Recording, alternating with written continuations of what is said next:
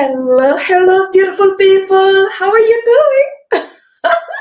Please say hi in the comment section and let me know where you are joining me from. Hi, everyone. My name is Flora Daisy. I am a digital accessibility and expert as well as founder at Linoratech. Linoratech is simply an incredible company with the value and mission to help tech leaders and professionals have a better understanding of accessibility and disability in order to create digital products that are inclusive and accessible to everyone. And these include people with visible and invisible disabilities. Now, let me self describe myself. I've noticed that on my show, there's a lot of people with low vision or people with non-sight. So it's going to be quite interesting to always, for me, provide a self-description. Although might not be always relevant, but I think that I just want to shift and make sure that I am creating an experience that is inclusive to everyone. So I am a black woman with long braids today. Sometimes it can be short, but with long braids today, wearing a orange dress. So that's about my description. Today, I want to talk to you a little bit about inclusive user experience, which I believe is the key, is the primary key and advantage of accessibility. Again, if you are joining me at any point in time, just say hi in the comment section. If you're hearing something during this episode that resonates with you or that is validating your own thought or increasing your skill set, don't forget to react to this episode by, thumbs up, providing me with a thumbs up or a heart or anything. I would love to have more audience coming to this show. And if you see any value in the show, please help me by sharing the event with more people in your network, with people in your team, and so much more. All right, that's it. Let's talk about creating an inclusive user experience for everyone. Before I jump quickly in the meat and juice of today's topic, I want to highlight three areas that are very important and relevant to today's topic. And the first one is really accessibility actually increases the user base, the consumer market that a company can serve. Let me explain that. Based on the WHO, the World Health Organization, there are more than 1.2 billion people with a disability in the world. There are about 6 million or 6 billion in Canada and 6 to 5 in the United States. Don't quote me on the number. You want to check because sometimes numbers are changing. So please do check. But this is just to illustrate the fact that there is a juicy market there, and people with disability can be people with visible disabilities, right? People who are blind, people with mobility impairment, or people with invisible disabilities, such as people with dyslexia, autism, and so much more. There are also a lot of people without disability that are actually enjoying products that are made inclusive to all. All right, so that's really the first thing to keep in mind when you want to create an inclusive experience for everyone. You really want to make sure that you understand that there is a juicy market out there to serve. So trust me, when you make a decision to make your product inclusive and accessible, you will be rewarded at the end. The second thing I want everyone to keep in mind is really the fact that there is a legal requirement when it comes to inclusion and accessibility, and this will also impact the user experience. Why am I mentioning the legal aspect? Well, just because if users, if consumers, if your audience is having to face limitations on your websites, on your applications, on your documents, digital documents. Guess what? They can actually, you know, find a suit against your company for not providing them with maybe the product, the service, or the information. So keep that in mind. Actually, in 2019, from there were, I believe, more than 2,200 lawsuit cases against some company because they were failing the ADA to meet the ADA compliance, which is the American with Disability Act. In Canada, Ontario, we have also the AODA, which is the Accessibility for Ontarian with a Disability Act, and not meeting compliance for these requirements usually will result in lawsuit or fines. Actually, I was reading just recently. I think that one of the website mentioned that you can be fined with the AODA if you are not meeting the AODA and somebody is suing you. You can be fined for $50,000 if you are not a corporation, and that price is daily until you fix the problem or until you fix the limitation. And if you are a business or a corporation, the fine can be up to $100,000 daily. When I read that, I was like, wait a minute. This is a big chunk of money. It's a lot of money. So, yes, it's not a game, it's a legal requirement to make sure that products, digital products, are inclusive and accessible to everyone. The third point I want to mention here is the fact that also, most businesses are relying on the visibility, right? To make sure that clients and customers are aware of their services, their products, and their information they're sharing. And we all know that Google search engine is the most and highly wanted search engine optimization site that actually create more visibility for many people. I see someone say something in the chat. Let me just check that very quickly.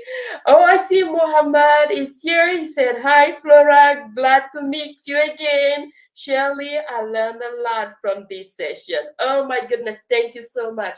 Again, please don't feel shy. If please say hi in the comment section. I love to say that I'm not alone here on the platform. And also, if you have any question, drop the question in the comment section. I promise this is an engaging session. I kind of created this community to be live so we can all share together. I'm always learning every day, but I know many of you also have great insight, great information per your role, per your company, and per your own education and lived experience. So really take advantage of this session so we can all engage together, learn, and you know what? Create more inclusive experience and removing barriers for everyone. Hope that makes sense. That was a mouthful though. But today's Friday, so let's just relax, right? Let's relax and learn. As I was saying, the search engine optimization like Google, love inclusive and accessible website. Let me tell you. Uh, whenever you have a website, let's talk about a website, for example. You have a website, you have images on your website. When you add alternative text, like text description of the images in the code, guess what? This is helping the search engine optimization see value in your website because you're repeating some interesting and valuable information in your code. So it is actually listing you, above some of your competitors who might not be doing the same thing. They're probably just slapping images that says 123 file NPG or JPEG or whatever. But when you take the chance to describe properly some of the valuable images you have on your website, the search engine optimization, such as the Google search SEO, will just put you a little bit on top. It does prioritize websites that are more inclusive and accessible. If you didn't know that, yeah, put it in your book because that's the truth. Have you ever? I want to ask the question. You know me, I'm always curious. And so I want to ask the question. Let's just think about an experience for a moment, right? Let's just say that this June, right? This June or July, which is kind of the vacation time for everyone, you want to book a hotel, a getaway for you and your family, or for you and your special loved one, right? So you want to book a hotel, uh, but there is a one problem. There is one little problem. There is a limitation on the website, and you cannot complete your purchase, your booking. What will you do? I'm curious. Can you just share your thought in the comment? Let me know what will you do if you were to book a hotel for a getaway and the website is not allowing you to complete the transaction. What will you do? I'm just going to give you a few minutes. Don't be shy. Again, just share your thought. This is a safe this is a safe session where you can share your thoughts and let me know what you think. Okay? I don't know if I can. I don't see anything. What do you think? Please share your thought. Don't feel shy. Oh, let me see. If I have to share my own experience, which I have done before, I did try to book. It wasn't a hotel, but it was uh, what was that again? It was airplane. I was trying to buy some airplane ticket for a getaway with my family, and this is what happened. The website form was not working, so there were a limitation. And what I did personally is I didn't cancel. I didn't cancel the getaway. I did not. No, we were set to go on vacation, and that was gonna happen regardless. So what I did, I just looked for another website, another vendor, and then we booked the flight and we went. So in this particular case, what will you do if you were not able to book the the hotel? I see someone said something, and again, don't feel shy. Please share with me. Okay, so I see Muhammad as said, usually I just change the booking into different website. There you go. He's just like me. There you go, Muhammad. It's the same thing. I will just change. So imagine if you have a website, if your industry is in telecommunication, if you're a government agency, if you are a traveling agency, if you are e-commerce, if your website, your digital presence has a limitation, customers will just find another website and purchase whatever they wanted to purchase. So the money is leaving from, could have been yours, to someone else. So as a leaders, as a developers, as a person in the tech industry creating digital products, you have to make sure that when you create digital products, those products are inclusive to everyone. So let's talk now about user experience inclusivity. One thing I will say about the user experience inclusivity, is that first, as you saw in this example, when there is a limitation, people are just leaving the website. As a matter of fact, I know one of the research that was done. Let me see again. One of the research that was done said that to increase user engagement and loyalty, they've noticed that 71% of users with disabilities will abandon, you know, the access to digital content that have limitation. And that is a big chunk of users. It's a big chunk of a market. And really, you have to always think in that way. So the first thing that we want to do is to make sure that we can enhance actually and increase the user engagement on the website. And one way to do that is by ensuring that the website has no limitation. And you can do that by, going through review of your website or of your digital content. And you can also have people expert in inclusion and accessibility train your team or your leaders to have more clarity, to have an easy way of implementing and complying with accessibility, which is usually what I do. But anyway, it is very important to allow all users to engage without limitation on your digital product. As you've noticed, I mean, I asked the question and I'm pretty sure that in your mind the same answer was lingering, right? You probably thought, well, if it's not working on one website, I'm just going to move to another website. And most people with a disability will do the same thing. And remember, I already told you at the beginning, it's a huge market out there. So please think about it. Make sure that you can easily engage with all users by just providing an inclusive experience for everyone. The other thing that I want to mention is the fact that we need to think about enhancing the usability for those with a disability. But here's the kicker: when you enhance and create experiences that are inclusive and accessible for those with disabilities, you're actually enhancing the experience for everyone. Let me share that with you. So, for example, let's say that we're talking about captioning, right? Many of you, including me, love to watch videos, I think.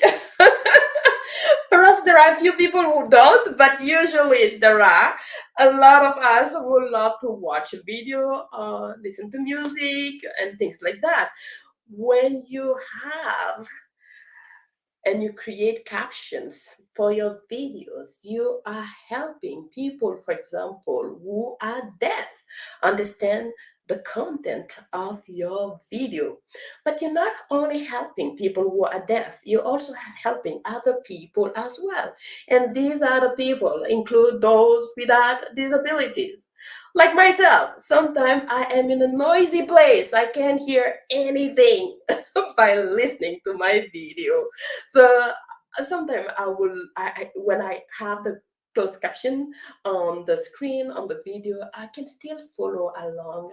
And sometimes I just don't have my speakers. I probably left them somewhere at home, and then I am on the go, and I just wanted to check something about a video.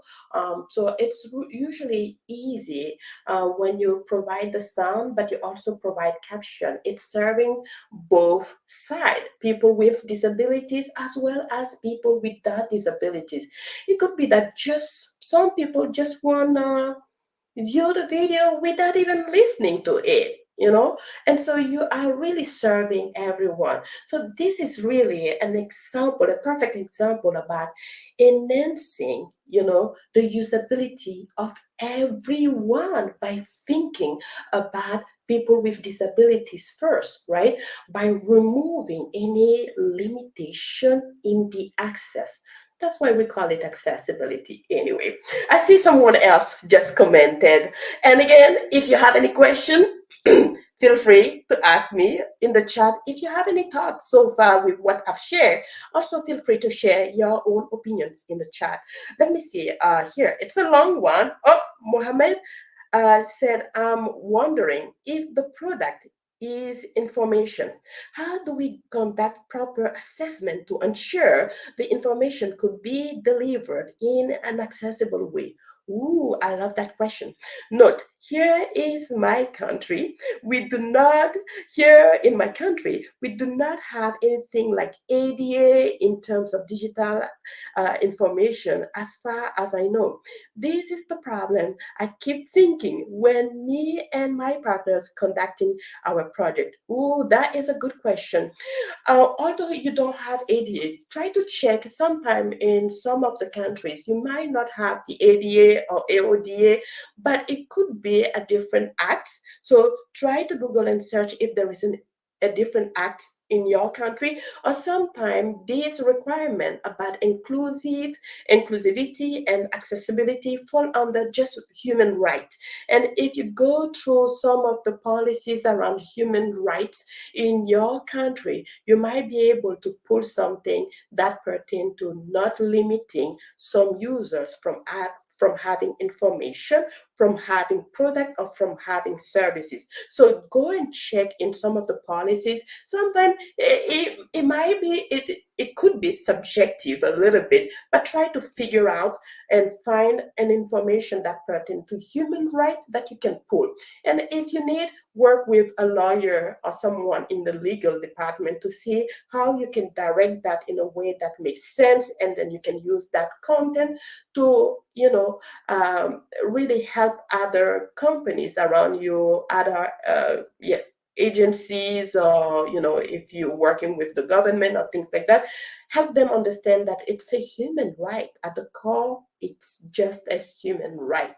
And I am sharing today topic because it's not only a human right, because here in Canada or in some other countries, there is a legal implication, right? And also there is an increase in the income if companies are embracing inclusion and accessibility. As I said before, there's a huge market out there, and I bet your company is also working on the fact that they need customers and they need users and they need an audience. All business can only fuel and run,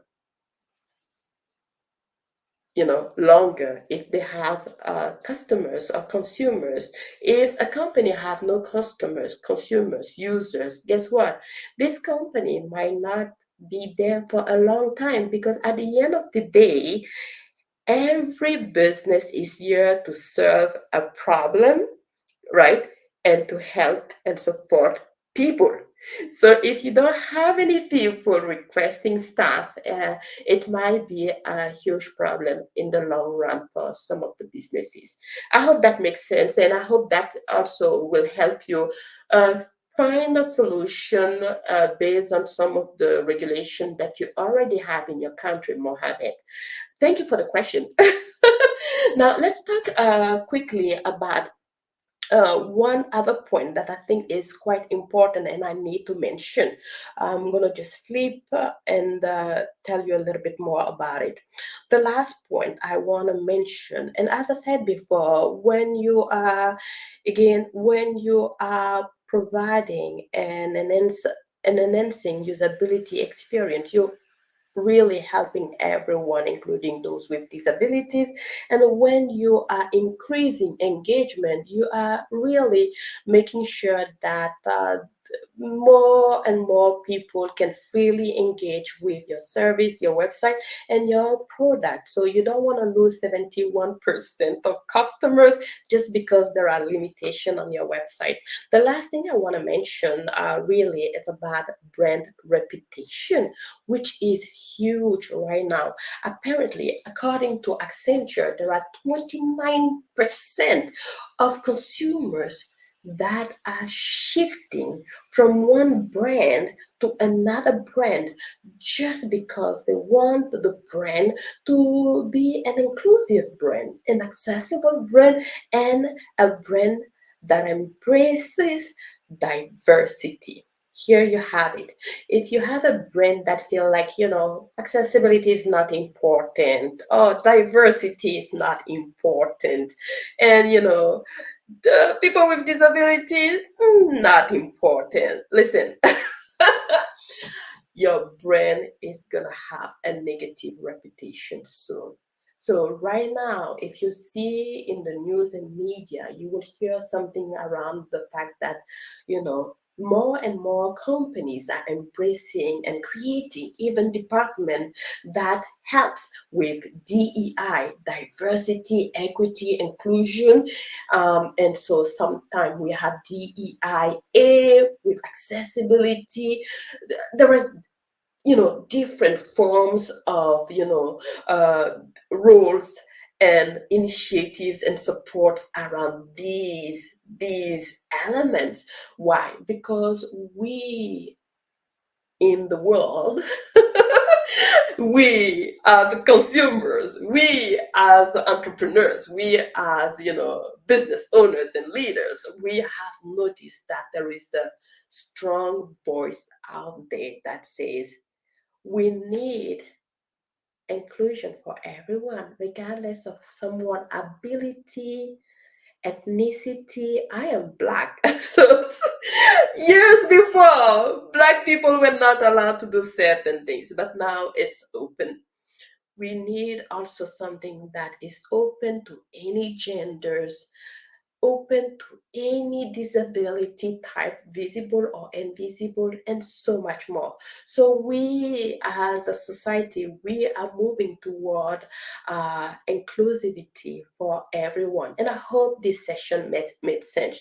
So as you said, I've kind of just went through 6 points, 6 little points. The first one is just increasing your market, right? By serving with inclusive experience for everyone. The second one was really about pay attention to the legal impact in your business, in your country, in your consumers, right?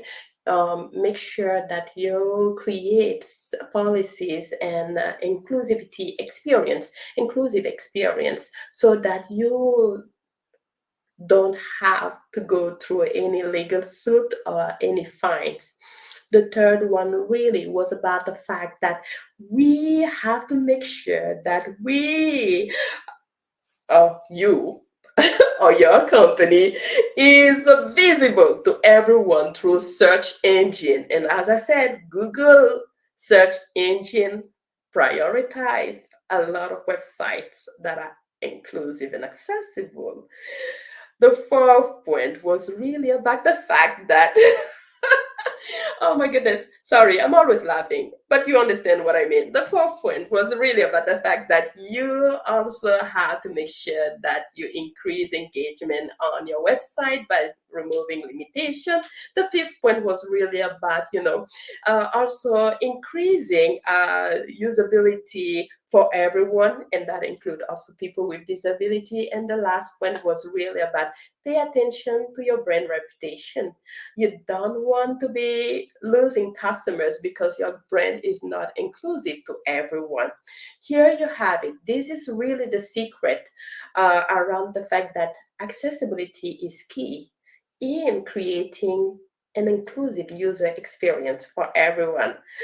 All right, everyone. I hope that makes sense. If you have any question, if you like what you heard, again, please, just give me a thumbs up. If you have any question or you need more clarity, do not hesitate to let me know. If you want me to talk about something very specific pertaining to what you've seen out there, let me know as well.